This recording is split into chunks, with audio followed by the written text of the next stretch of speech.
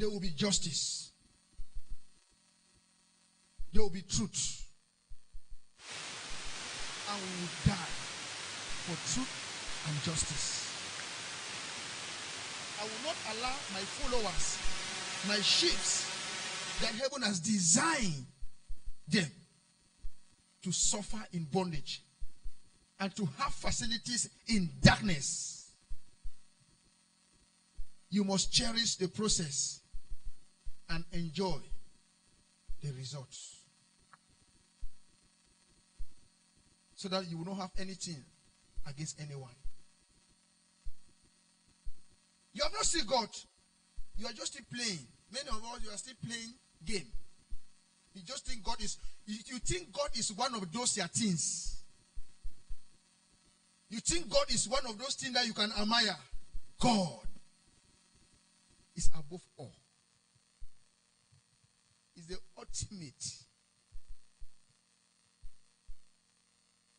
Is above everything.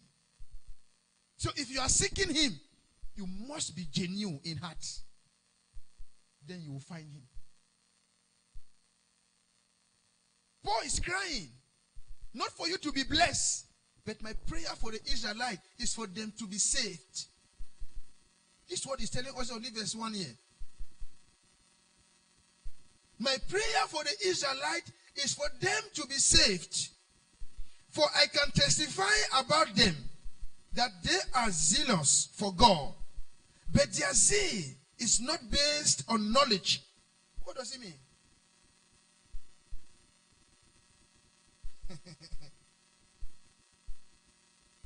How can we interpret zealous and zeal? How can we interpret zealous and zeal? I'm not, you are educated more than me. How can we interpret zealous, overzealous, and zeal? How can we interpret them? Huh? This is what Paul is telling us only verse 2 now. I take it again.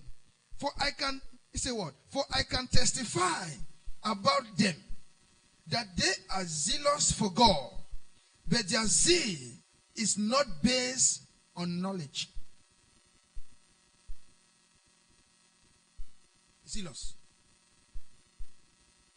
It means what? And zeal. If I say to my father is a demonstration in this church, how you look at it? But if it's not some type of miracle, you will shout.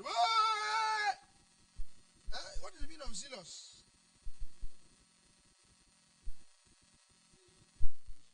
Okay, zealous is anxiety. Zeal is ambition. Thank you. Clap for yourself. Clap for him. So many of you in Mount Zion, you are here because of anxiety. I call it devotion. But zeal, commitment, zealous.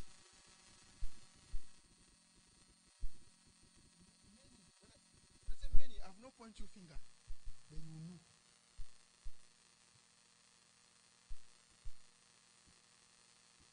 Camouflage.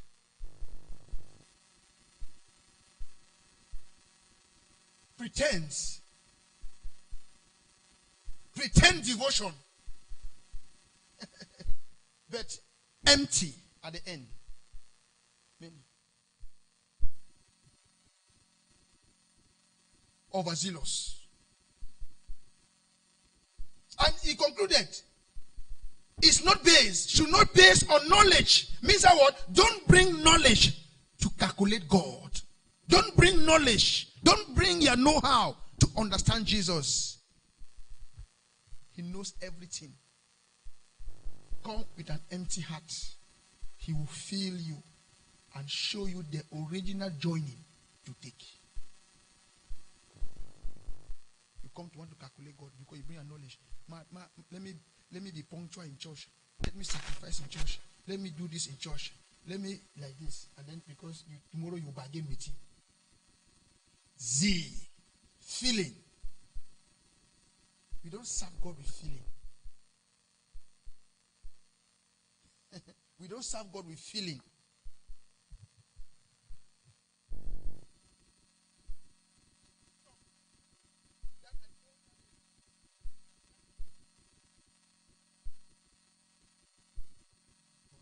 Then tomorrow when they attack, they call Benjamin.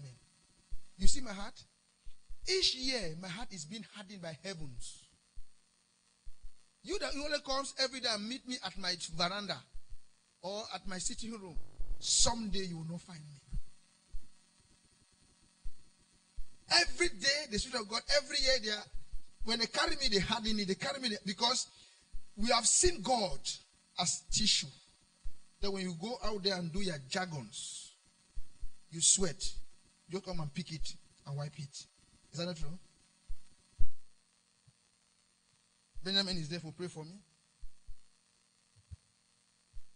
Some of you even pretend, let me do this also.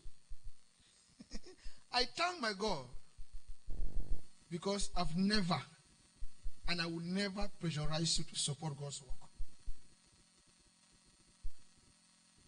I've never done it. But whatever heaven put in my heart, it is what I will deliver. They have failed because they came with knowledge to understand God, but they have failed. They came with what? Zealous. Overzealous.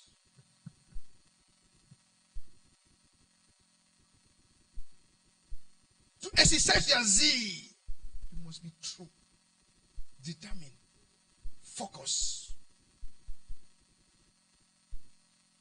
Means that you are seeking God for strength.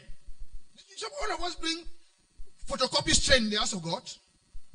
All of us demonstrate photocopy strength. You demonstrate you to deceive the massive.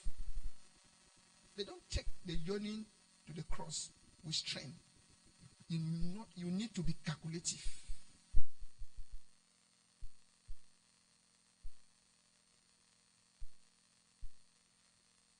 Some of you have come across this message of my sleeping coach, the father, a synagogue church of all nations. He said, the only way the mother was training him, each time he will close from school, the mother will carry his food all the time to church. Prophet T.B. Joshua, the mother, will carry the food all the time to church. And then each time the mother will be cleaning the church, when he's there eating, after you come and meet the mother mouth will vibrate, but you will not hear what the mother is saying. And you have been asking the mother, Mama, yeah, this is on time now. When I come here, I see you are murmuring. What are you murmuring? The mother replied to the young guy that, my son, as I'm cleaning the house of God, what I'm saying is that, Father, as I'm cleaning your house, clean the life of my children. Clean the life of me. Clean the life of my generation. That is what I'm saying every day when you see me murmuring. Is that a word of interest? Is that a word of selfish ambition? He was giving it back to God, that be the decider of my generation to come.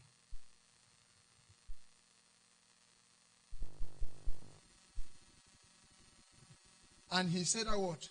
I believe that I'm one of those children that God cleans his life to bring glory to the mother and the family.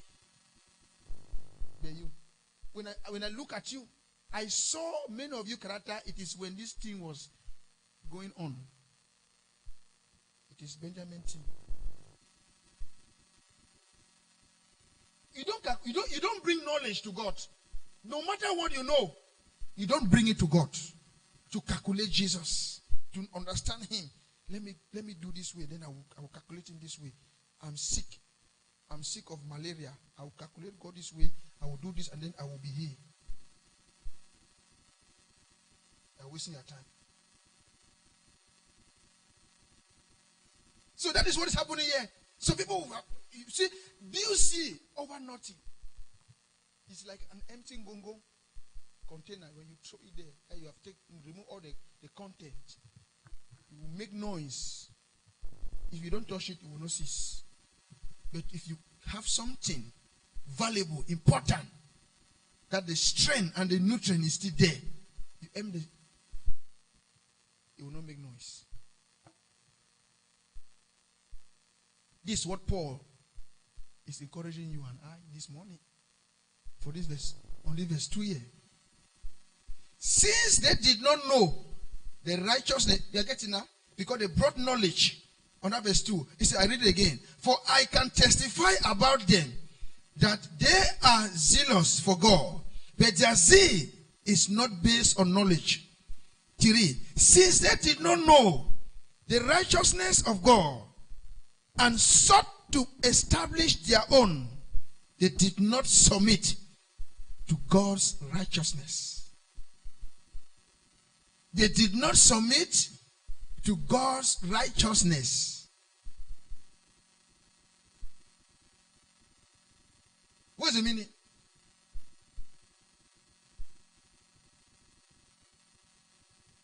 Because you are coming to worship Jesus, to understand how he will do it, how he will make it work.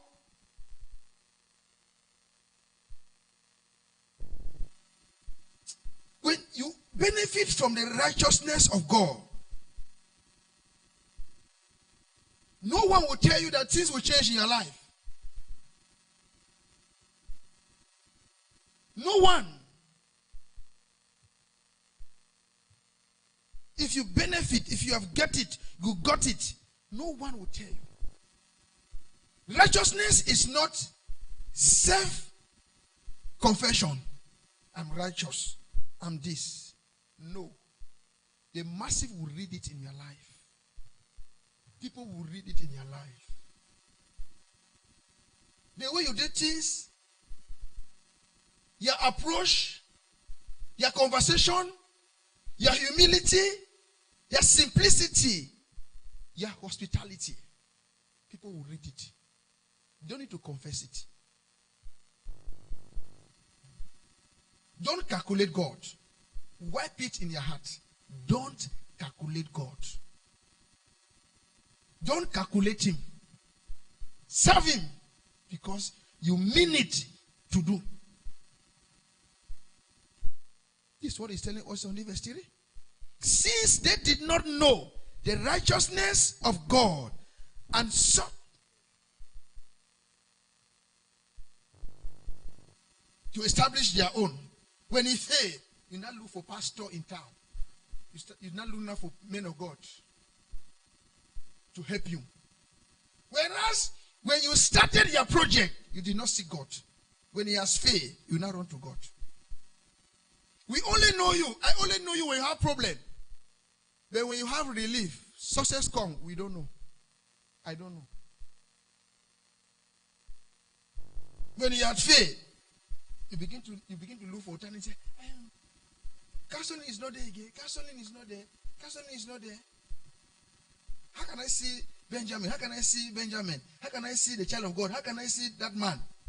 You begin now to struggle. Whereas at the beginning, you did not seek his face. Even you seek his face, and revelation is given to you, you go back and turn it.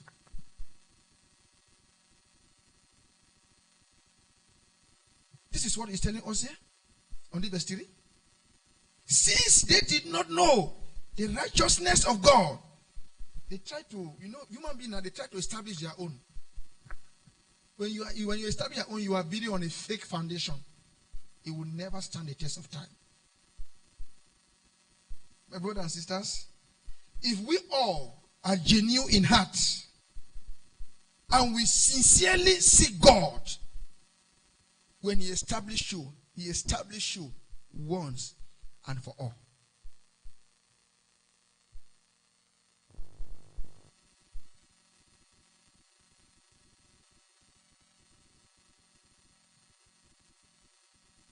At the beginning, I was laughing at them. It is now, it is in this year, 2023, that this ministry will start have Christian.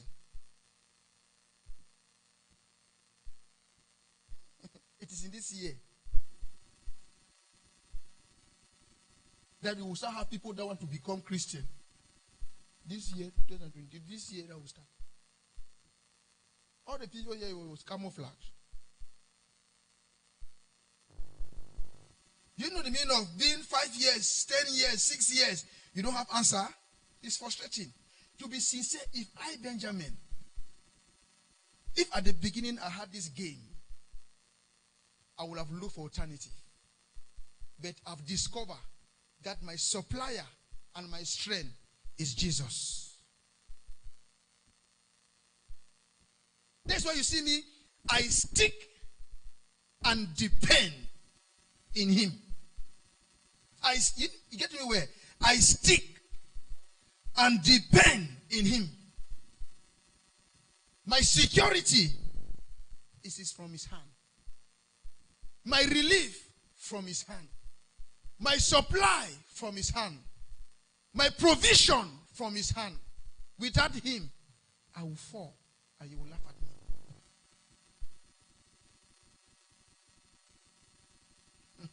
This God, he does not speak when you cry. He does not talk when you complain. He speaks and talk when you are silent. Silent means when you know there is no hope, he come and give you hope. That is the moment you know your prayer. You look at me. I was almost to beg in Kumba. I was almost to beg for food.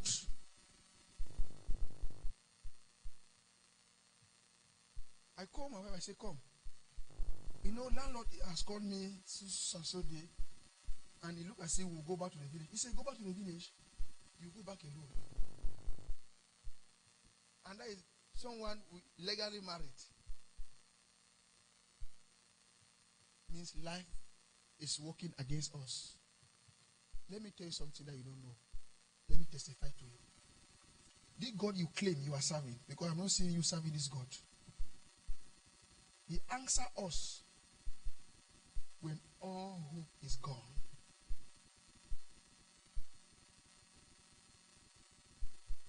Get me. Read your Bible. When when all the massive sees into your life that there is no hope, I'm telling you, there is a moment he comes and gives hope. So that you will have all reason to worship and to praise him. Ask Benjamin. I will tell you. Ask that same Bible you carry. They are there. They will tell you. When they fasten the hands and the legs of Silas and Paul and throw them at the yard and fasten the gate, the massive, their followers knew there is no hope. But that was a moment the God they were serving, he demonstrated his power. I saw God in my life. I'm still seeing God in my life. And I'm still seeing God to be again forever in my life.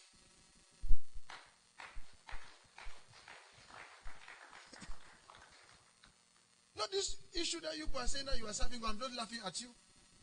Some of you still have money, you can buy Gary to drink. Some of you can still pay your house rentage. Some of you still struggle to buy drugs to sustain you in that sickness. When a moment will come that you don't have means to sustain, to buy drugs, that is the moment you will see God. Many of you are not seeking God. You are still joking. Permit me to say that to you. You are still playing. You are still, it's as if it's a gambling.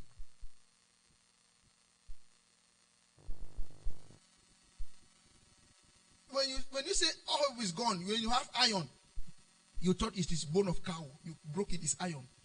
That's the moment you need God. Huh? You pick iron like this, you thought it's bone of cow.